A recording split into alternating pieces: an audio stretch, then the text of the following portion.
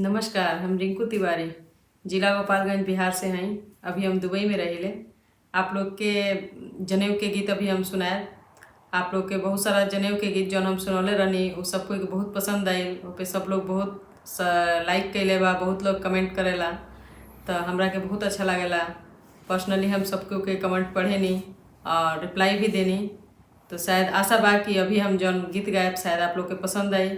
यही तरह हमारे चैनल के आप लोग सब्सक्राइब करते रहें, लाइक करें और शेयर जरूर करें लोगिन। अगर आप सब सब्सक्राइब नहीं कैले तो करी लोगिन। उम्मीद बा कि आप लोग के ये गाना बहुत पसंद आए।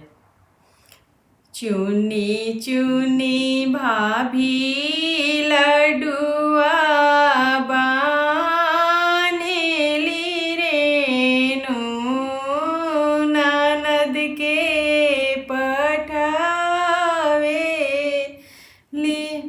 चुनी चुनी भाभी लडुआ बान्हेली रीमा ननद के पठावेली। चुनी चुनी भाभी लडुआ बान्हेली डिम्पला ननद के पठावेली।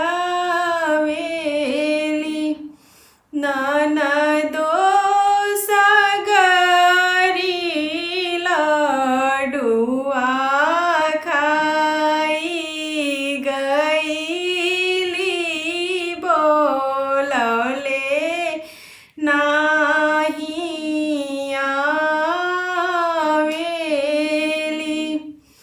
किया भाभी भेजलू तू नौआ बरिया किया ऊपरे हित भाभी किया तू भेजलू बड़का भैया बीरहिया बोलिया बोलेलू। भाभी किया तू भेजलू मानसा भैया बीरहिया बोलिया बोलेलू। भाभी किया तू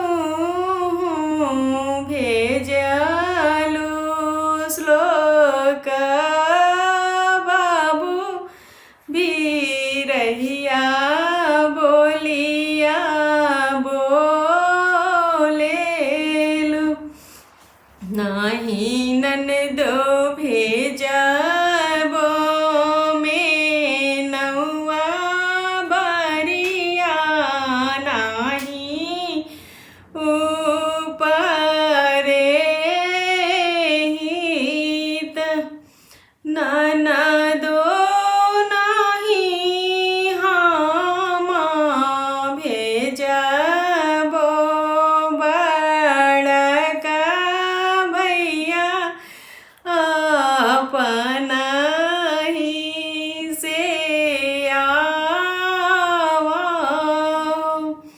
ननदो नाही हम भेजबो मानसा भैया अपना ही से आवो।